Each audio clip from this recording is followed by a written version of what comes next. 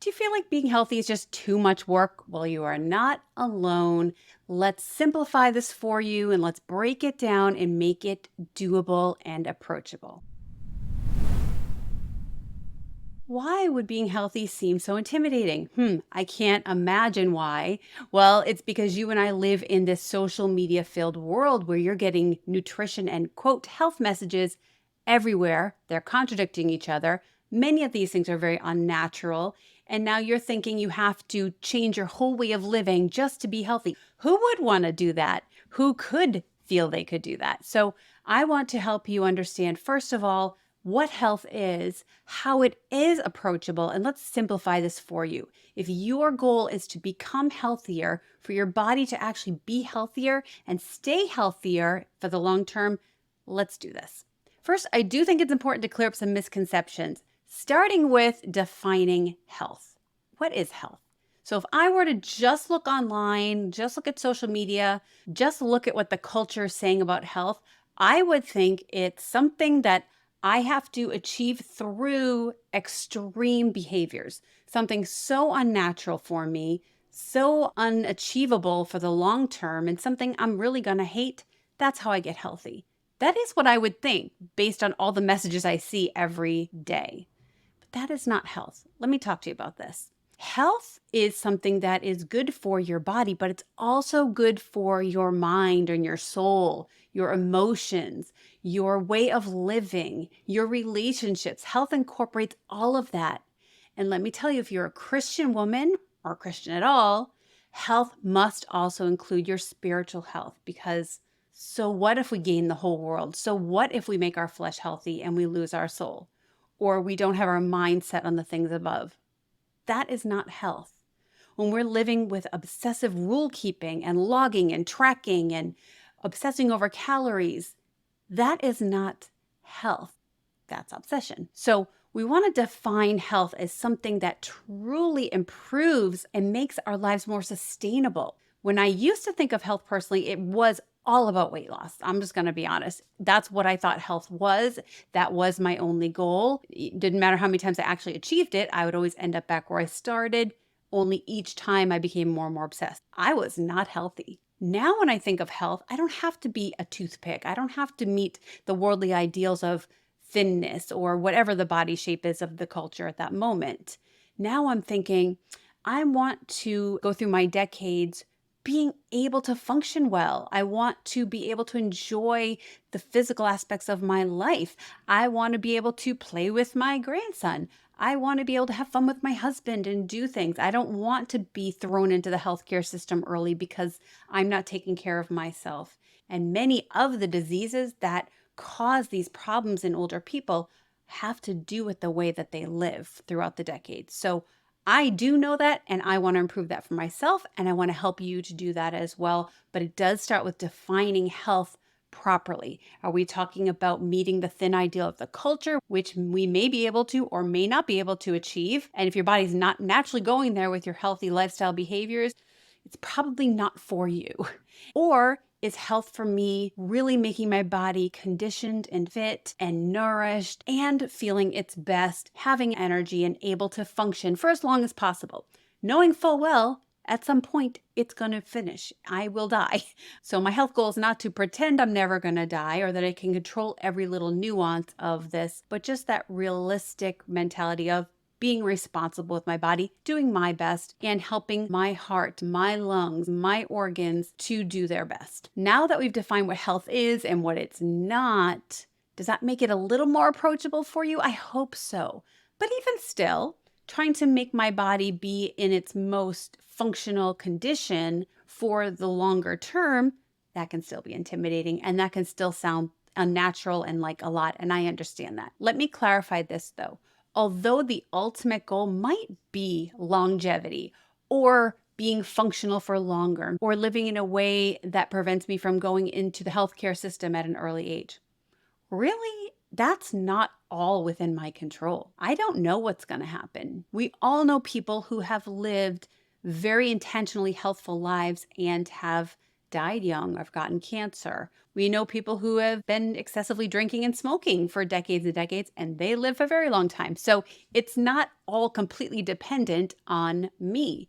God is sovereign. He knows the numbers of my days and He's determined them. I'm just going to do my best. So my goal isn't necessarily to achieve that end. My real goal is instilling behaviors that I can live with day in and day out, or week in and week out, that tend towards a healthier way of living. So my goal now is not really achieving perfect health or trying to be able to control the outcomes completely. It's just doing my part and being responsible in my behaviors and my habits. So again, I hope that helps to bring it back down to a reality that you can live with a little bit more. But okay, that's still overwhelming. I don't know what to do, nor do I want to do things day in and day out that have to focus on health. I understand that. So let's talk about that. Some of what we want to focus on is building habits that we can do for the long term. But if we are trying to go from 0 to 100 and do that quickly, that is overwhelming and it's not sustainable, quite frankly, and it's not realistic. So that would certainly feel like it's too much work and that would be too intimidating. And by the way, who wouldn't quit that? So the best way of simplifying this so that we can develop habits that are healthy for our bodies, for our minds, for our spirits in a way that lasts for the long term is by starting slow, mastering one or two things, then improving, then adding. I know it's a slower pace. And what you see all over the place online is that you need to do these extreme actions. You need to have very quick results. And I think you've probably done that already. I know I've done it dozens and dozens of times.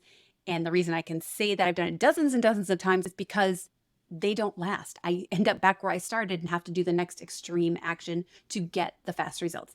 If you've done that enough times like I have, let's try the slower, steady approach that lasts, that doesn't feel overwhelming, that does have lifelong results because it becomes part of my natural life. And that comes by picking one, maybe two goals at a time. Let's give an example of this. If I say I want to exercise more, that's not actually a goal. That's an overwhelming cloud of thoughts. That's a wish.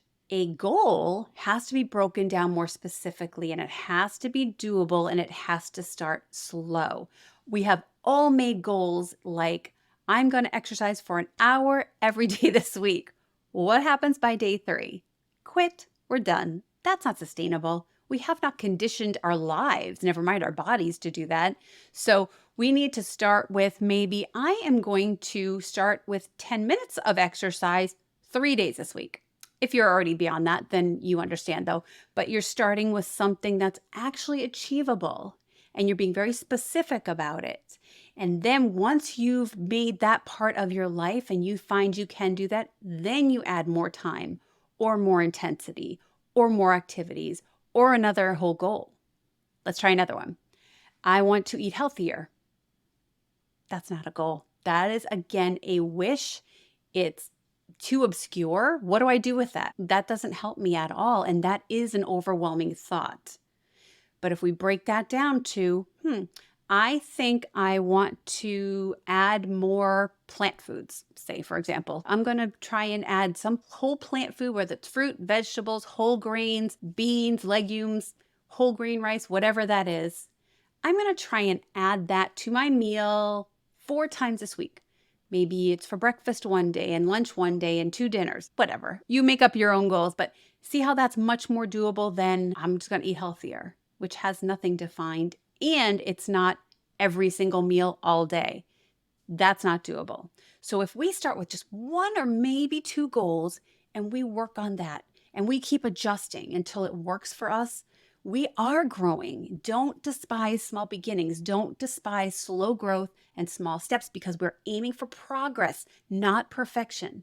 You will never get to perfect health. And even if somehow your body is working perfectly, It's not guaranteed to stay that way. We will die, our flesh will die. It will break down. We're in the sin sick world and sin sick bodies.